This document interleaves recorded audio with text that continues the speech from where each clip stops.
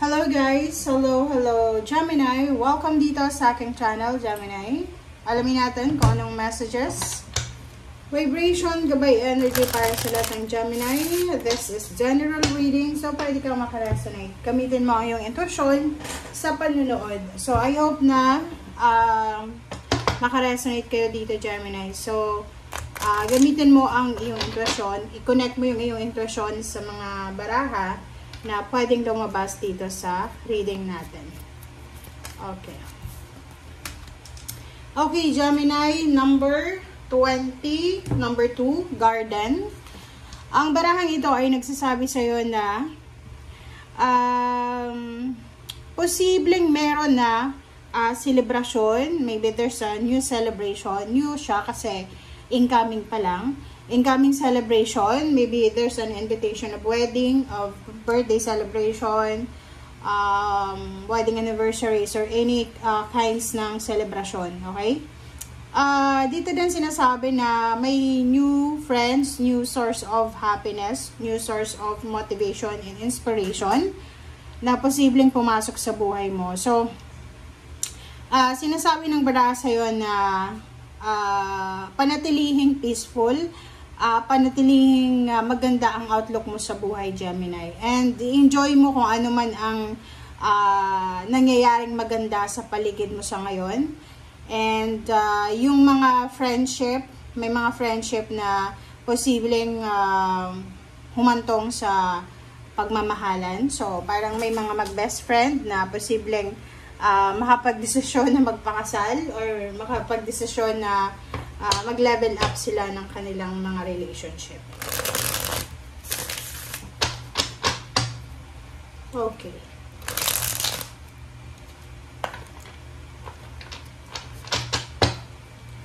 Okay, Gemini. Okay, Magician.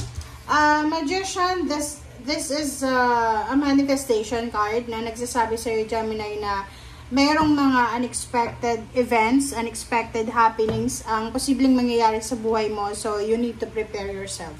So, preparation. Ang preparation naman natin is we need to be ready. Gumawa lang tayo ng mabuti. Huwag tayong masyadong mag-focus sa outcome. Huwag tayong masyadong mag-focus sa past. Just stay, live in the moment. Parang ganun. Okay?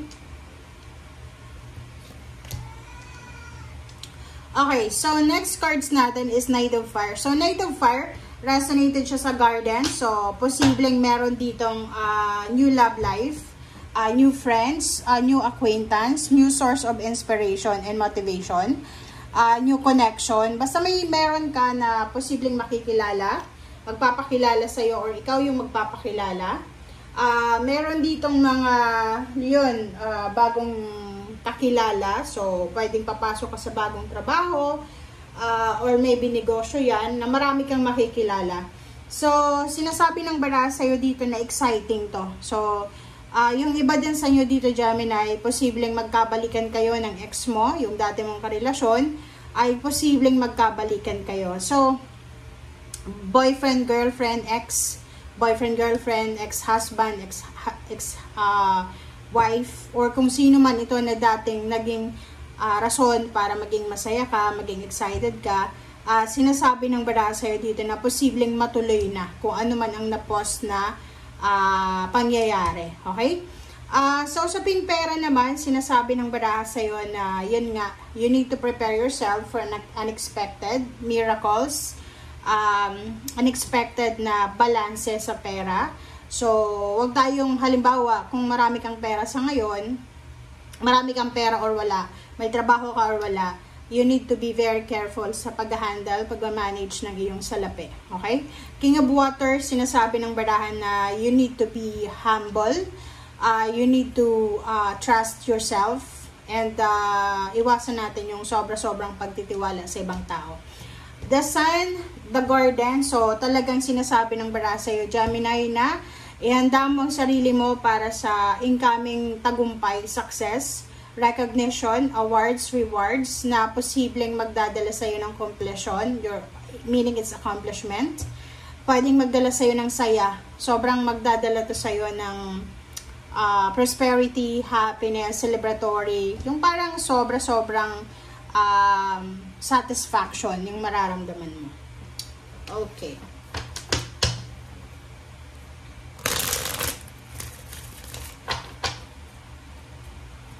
Okay, Gemini.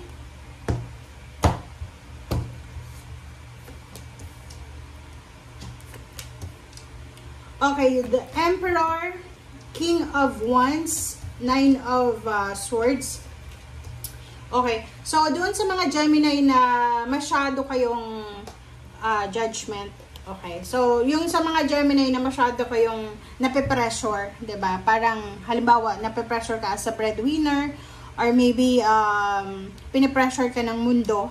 May ganun 'di ba? Like for example, mayroong mga pinipressure na mag-asawa na, may mga pinipressure na magkaroon na ng trabaho, magkaroon ng bahay, lupa, makapag-abroad, 'di ba? Parang ganoon. Kaya yung iba, 'di ba, parang ayaw yung sumali sa mga reunion because ganoon nga, parang mape-pressure ka kasi yung makaklase mo, nandun na sila, parang ganoon. So ikaw, sinasabi ng Baracer dito na iwasan mo yung sobrang pressure and stress, okay?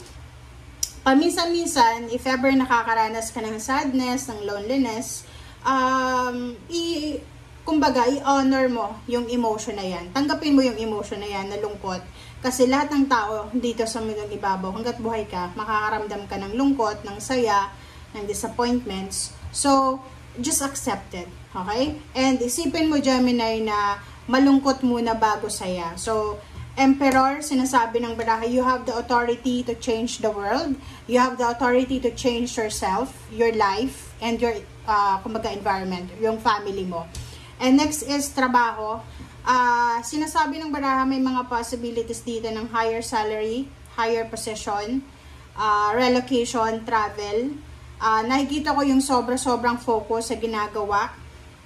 Sinasabi ng baraha sa'yo, huwag kang masyadong magpanic nga. Huwag kang magpanic, huwag kang ma-pressure, huwag kang ma-stress. Kasi sigurado na yung outcome mo. You will go outside from that situation na victorious ka. Nandito yung Six of Wands, nandito yung Emperor. Sinasabi ng baraha sa'yo dito na advance congratulations sa'yo. Kasi, yun nga, maraming unexpected miracles, maraming unexpected happenings, events na pwedeng magdala sa'yo ng sobrang happiness. And yung iba sa inyo talaga na nasa Nine of Swords, yung parang nawawalan ka ng tiwala sa sarili mo. No, hindi ka dapat nawawalan ng tiwala. Yung Six of Wands dito, sinasabi ng Six of Wands na maybe 6 months from now, possible na makatanggap ka ng job offer, makatanggap ka ng recognition, ng awards, ng rewards, ng congratulatory messages, or kung ano man to na positive outcome, positive solution, answered prayers na posibleng makuha mo. Okay, thank you guys for watching. Bye!